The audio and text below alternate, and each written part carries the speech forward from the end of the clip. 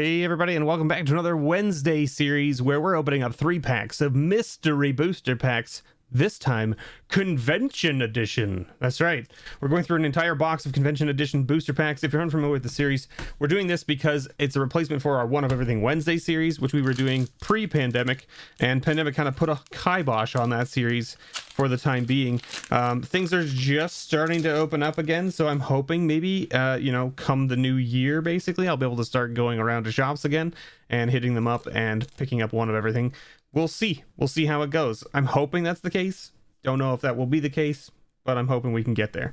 If you're unfamiliar with these packs, they come in Wooburg order, so you get 2 white, 2 blue, 2 black, 2 red, 2 green, and then you get a multicolor card, an colorless card, and then you get an M15 or older card, a rare, and then normally you would get a foil, but because this is Convention Edition, you in fact get a playtest card instead.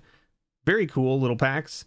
You can get some really cool stuff in the common and uncommon slots here in the Wooburg order. There's some decent cards definitely in those colors and in those slots. And everything that's worth $1 or more will be put up in the top right corner price, and we will add it to the Patron Pile, which is a pile of cards that gets given away to our patrons every month. Basically, 1 card to each patron at one of my magic tiers or higher, provided it is not your first month being a patron. So every month after your first, you'll get a pull from the pile and blah, blah, blah, blah, blah, so on and so forth. Counterspell, not a bad little one, over $1 for sure, so we'll put that in the pile down here. We got Defeat, we got Blight Soil Druid, we got Goblin Fire Slinger, Goblin Oriflame.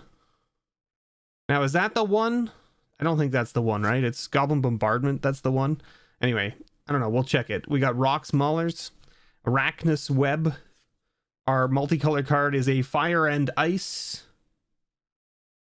Our colorless card is a Blinding Soul Eater. And then our rare for the pack is Brimstone Mage. Oh no, this is our M15 or older pack, I should say. Brimstone Mage. Not a heavy hitter, I don't think. And our rare for the pack is a Goblin Pile Driver, which is not a bad little card. We'll take that. One of my favorite goblins. Probably my favorite goblin, let's be honest. And then our playtest card is Inspirational Antelope. Little 1/3 for 2 mana, 1 in a green that says Legacy. Before the game starts, choose a keyword or ability word and write it below. Spells with that you cast cost 1 less to cast. That's pretty funny. It's a pretty interesting little card. Would be very cool in the draft format, right? Like you draft and then you just like toss in like my flying creatures cost 1 less, right? Oh, cool. Aura of Silence is actually a very decent card here. So we'll put that down here because I think that's over $1. We got Wake the Reflections. We got Grasp of Phantoms, Eel Umbra, Grim Discovery, Feral Abomination, Volcanic Rush, Lightning Javelin, Woodborne Behemoth, Elephant Guide. Our multicolor card is Zealous Persecution. Our colorless card is a Sandstep Citadel, so land there. And then our M15 or older is an Energy Field from Urza's Saga. That's not too shabby. We'll take that. And then our rare for the pack is Decree of Justice. I mean, who doesn't like making angels, right? I mean, that seems good. And then our playtest card for this pack is Truth or Dare. 1 and blue. Target opponent chooses 1. Truth. That player plays their hand revealed for the rest of the game. Or Dare. Mill all but the bottom 10 cards of that player's library. My goodness. What a ridiculous card. What a ridiculous card. That is very silly. Very, very silly.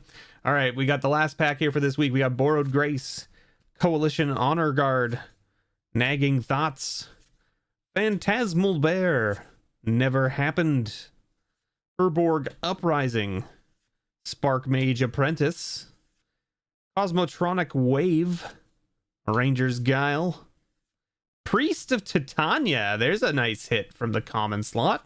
There you go. Not a very shabby card right there. Our multicolor card is a Zerta Druid.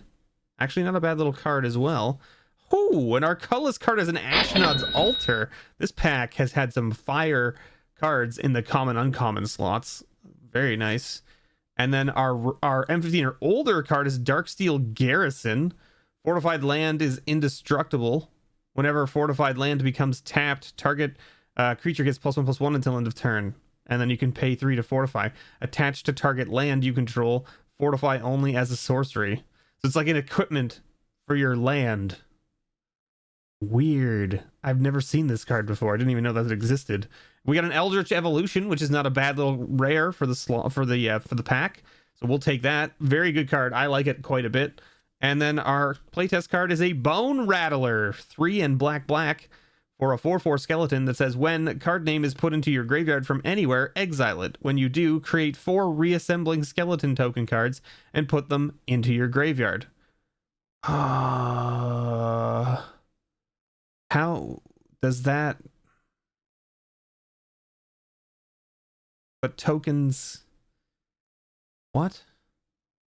Okay, so I have a feeling that because this is a playtest card, they weren't really thinking about how this works, right? Because you get 4 reassembling skeleton tokens, but if tokens go to your graveyard, they just disappear from the game because they're tokens, so they don't have permanence in the graveyard.